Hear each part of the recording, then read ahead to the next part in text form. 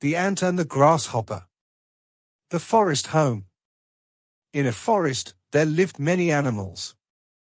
Among them were an ant and a grasshopper. They lived in the same forest, but had very different habits. The ant's hard work. The ant was very hardworking. Every day, she would wake up early and go out to gather food for the winter. She collected seeds, nuts, and fruits from all over the forest. Summer is here, thought the ant. But winter will come soon. I must prepare. So, she worked every day without taking any breaks. The grasshopper's leisure. The grasshopper was very lazy.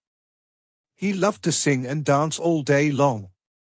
He would jump from leaf to leaf, singing beautiful songs. Why worry about winter, thought the grasshopper. There is plenty of food now.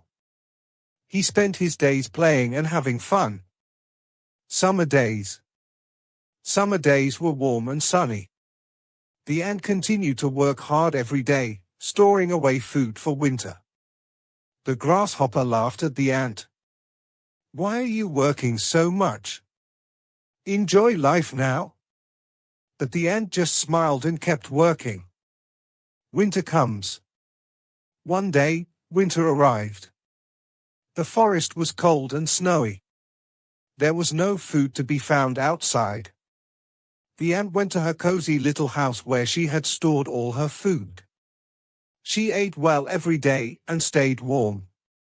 The grasshopper's problem. The grasshopper had no food stored away. He went from house to house asking for help but found nothing. I should have prepared like the ant, thought the grasshopper sadly. He went to the ant's house hoping she might help him.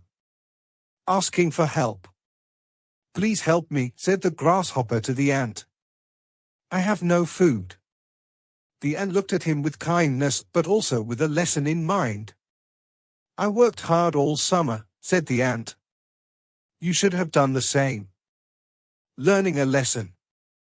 The grasshopper felt ashamed but understood what he had done wrong. I promise to work hard next summer, said the grasshopper.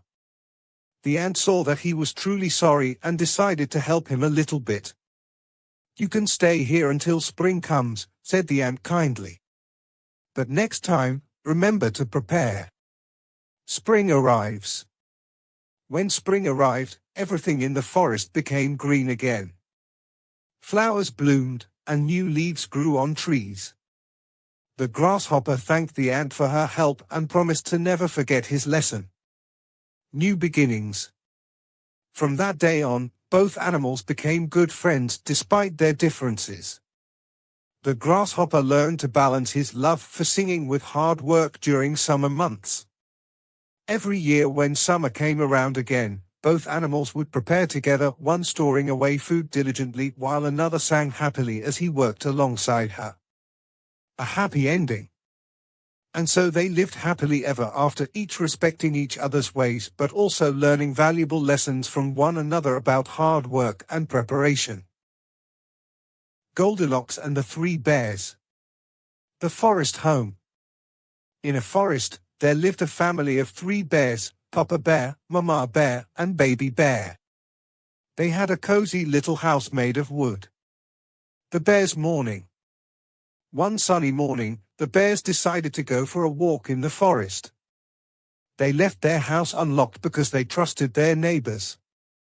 Let's go pick some berries, said Papa Bear. Yes, let's go, agreed Mama Bear and Baby Bear. Goldilocks' curiosity. While the bears were out, a curious girl named Goldilocks wandered into the forest. She had golden hair and loved exploring new places. Goldilocks saw the bear's house and decided to take a peek inside. She knocked on the door, but no one answered. Entering the house, Goldilocks opened the door and went inside. She saw 3 bowls of porridge on the table. Let me try this porridge, thought Goldilocks. She tasted Papa Bear's porridge first. Too hot, she said. Then she tasted Mama Bear's porridge. Too cold, she said. Finally, she tasted Baby Bear's porridge. "Just right," she exclaimed, sitting down. After eating Baby Bear's porridge, Goldilocks felt tired. She saw 3 chairs in the living room. "Let me sit down," thought Goldilocks. She sat in Papa Bear's chair first. "Too hard," she said. Then she sat in Mama Bear's chair. "Too soft," she said. Finally, she sat in Baby Bear's chair. "Just right," she exclaimed again. But as soon as she sat down, Baby Bear's chair broke under her weight. Going upstairs. Feeling even more tired now, Goldilocks decided to go upstairs to rest. She saw 3 beds in the bedroom. "Let me lie down," thought Goldilocks. She lay down on Papa Bear's bed first. "Too big," she said. Then she lay down on Mama Bear's bed. "Too small," she said. Finally, she lay down on Baby Bear's bed. "Just right," she exclaimed once more. Goldilocks fell asleep in Baby Bear's bed. The bears returned home. Meanwhile, the 3 bears returned home from their walk tired and hungry. "Someone has been eating my porridge," exclaimed Papa Bear when he saw his bowl was empty. "Someone has been eating my porridge too," added Mama Bear. "And someone has been eating my porridge," cried Baby Bear. Discovering Goldilocks. The bears went into the living room and saw that their chairs had been sat in as well. "Someone has been sitting in my chair," said Papa Bear again. "Someone has been sitting in my chair too," added Mama Bear once more. "And someone has broken my chair," cried Baby Bear sadly. Finding Goldilocks asleep, the bears went upstairs to find out who had been causing all this trouble. When they entered their bedroom, they found Goldilocks fast asleep in Baby Bear's bed.